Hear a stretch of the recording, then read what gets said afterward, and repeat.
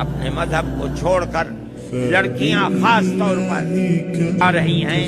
ہم یہ سمجھتے ہیں کہ مذہب ایسی چیز نہیں ہے کہ آدمی جس وقت چاہے مذہب کو تبدیل کر دے.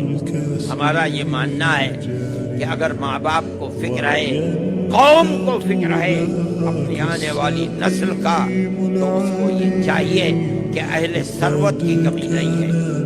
ایسے اسکول قائم کرو کہ جو لڑکیوں کے الگ ہوں، لڑکوں کے الگ ہوں. آپ اگر معیاری اسکول بنائیں گے تو ہندو بھی اپنے بچیوں کو اس مخلوط تعلیم سے نکال کر کے آپ کے اسکول کے اندر بھیجیں گے. آج اگر میں اور آپ بنائیں گے اس طرح کے کالج اور اسکول، اس کے اندر کون سی تباہی آ جائے گی.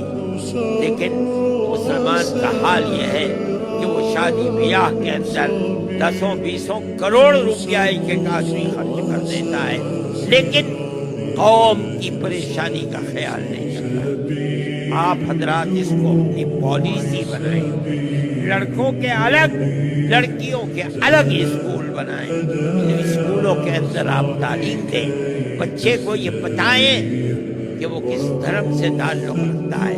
اگر ہندو ہے اس کو وہ بتائیے، اگر مسلمان ہے اس کو وہ بتائیے، اور اس کے بعد اس کو تعلیم دیجیے.